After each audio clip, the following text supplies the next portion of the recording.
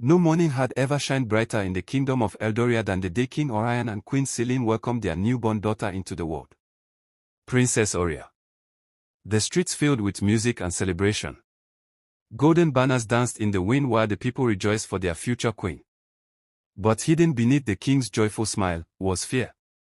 King Orion loved his daughter more than life itself. The thought of losing her haunted his mind day and night. Desperate to keep her safe from every danger, he journeyed deep beneath the royal castle into the forbidden caves where an ancient sorceress lived. "Show yourself, witch," the king demanded. A chilling laugh echoed through the darkness. "You seem troubled, your majesty." "I need power," King Orion said. "Complete control over my kingdom.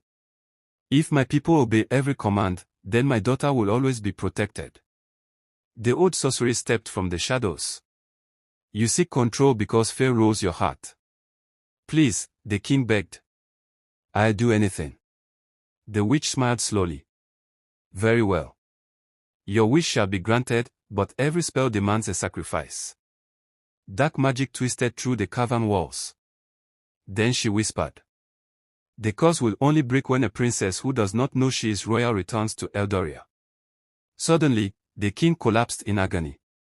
The curse had begun. From that day forward, King Orion's ears became painfully sensitive. Every tiny sound struck him like thunder.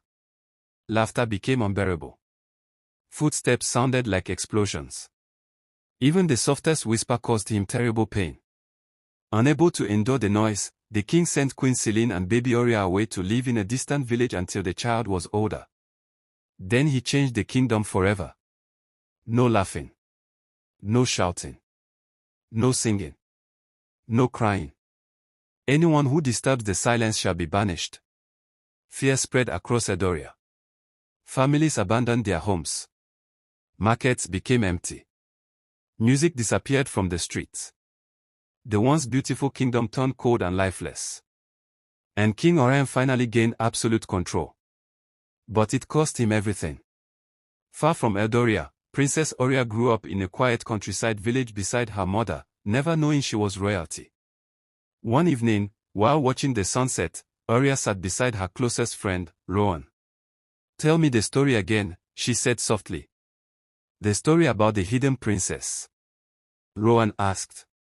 Aria smiled. "That one." Rowan grinned.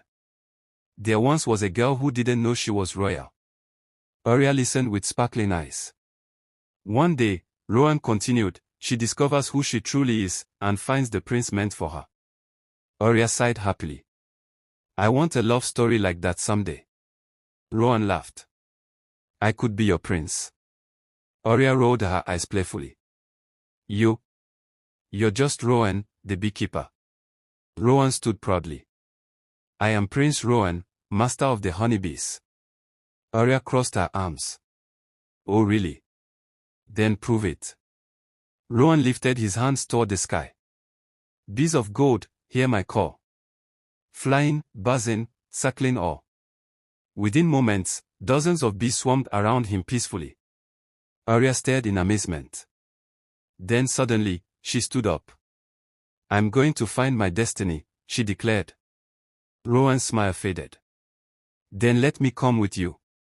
"No," Aria replied confidently. "Every princess in the stories goes on her journey alone." "But Aria, you aren't really a princess."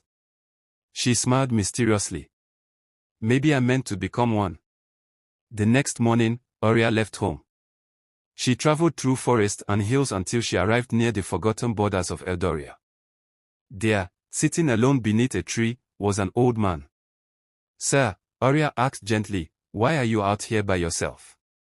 The old man looked stunned. "A voice," he whispered. "I haven't heard someone speak freely in years." He told her about King Orion, the Silent Kingdom, and the terrible curse placed upon Eldoria. "Finally," he said, "the curse can only be broken by a princess who does not know she is royal."